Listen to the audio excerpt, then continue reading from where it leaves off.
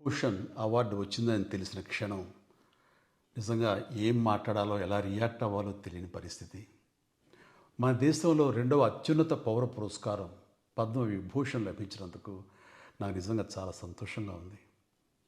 ఒక తల్లి కడుపున పుట్టకపోయినా నన్ను తమ సొంత మనిషిగా, మీ అన్నయ్యగా, మీ బిడ్డగా భావించే కోట్లాది మంది ప్రజల ఆశీస్సులు, నా సినీ కుటుంబం యొక్క అండదండలు, అలాగే నీడల నాతో ప్రతి నిమిషం నడిచే లక్షలాది మంది అభిమానుల ప్రేమ, ఆదరణ కారణంగానే నేను ఈ రోజున ఈ స్థితిలో ఉన్నా. అందుకే నాకు దక్కినటువంటి గౌరవం ఇది మీది.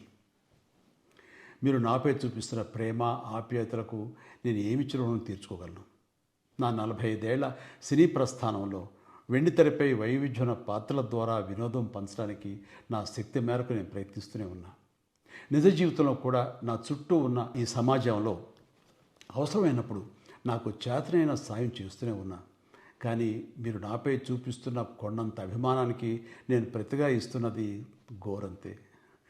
ఈ నిజం నాకు ప్రతి క్షణం గుర్తుకొస్తూనే ఉంటుంది, నన్ను బాధ్యతగా ముందుకు నడిపిస్తుంటుంది.